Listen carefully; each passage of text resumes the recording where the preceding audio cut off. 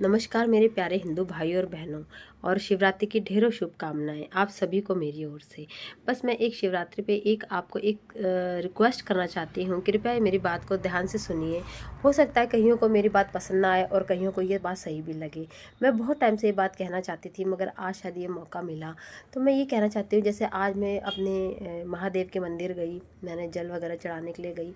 वहाँ बहुत से लोग आ रहे थे, तो उन्होंने धूप दीप जलाने के लिए वहाँ बहुत सारी माचिस की तिलियाँ फेंकी हुई, सब गीली हो रखी थी। शिवलिंग के साथ ही वहाँ बैठने में भी इतना अजीब लग रहा था। तो कृपया आगे से ऐसा ना कीजिए। देखो, सबके घर में शिवलिंग नहीं होते। शिवलिंग में जल अर्पण करने के लिए हमें मंदिर ही जाना पड़ता है। तो हमारी ही ड्यूटी होती है उस मंदिर को साफ सुथरा रखने के लिए। शिवलिंग में तो जल दूध फल फूल अर्पण कीजिए। बाकी धूप दीप तो अपने घर के मंदिर में भी जलाई जा सकती है और पूजा पाठ किया जा सकता है। और अब जैसे मैंने कई मंदिरों में ये भी देखा कि जहाँ स्पेशल लिखा होता है कि यहाँ प्रसाद ना रखें, ना चढ़ाएं, मगर हर लोग अपनी छोटी छोटी अज्ञानता के कारण क्या करते हैं, वहाँ देवी देवता की हर जगह मूर्ति में प्रसाद रख देते हैं, जो कि सबके पैरों में पड़ता है और चिपचिपा फर्श हो जाता है। वहाँ पे मक्खी चींटी सब लगती है। तो प्रसाद तो अगर पैरों में आएगा तो ये भी तो पाप होता है ना, ये कहाँ से पुण्य मिलेगा। तो प्रसाद के लिए तो वहाँ पे पुजारी और पंडित बैठे होते हैं, तो कृपया उन्हें दीजिए, जो कि आपको प्रसाद देवी देवता के मूर्ति के आगे रखें और आपको बाकी दे दे।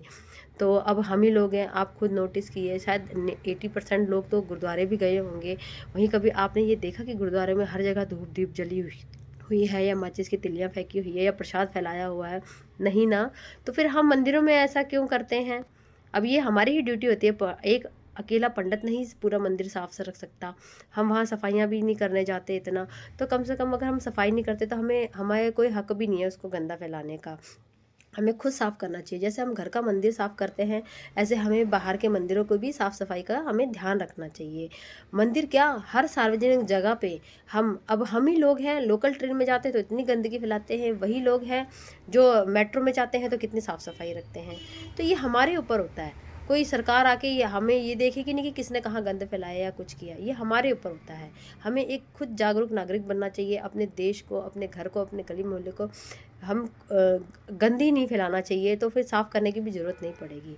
कृपया इस बात का थोड़ा ध्यान रखिए और मेरी रिक्वेस्ट सुनने की कोशिश कीजिए और प्लीज़। Thank you.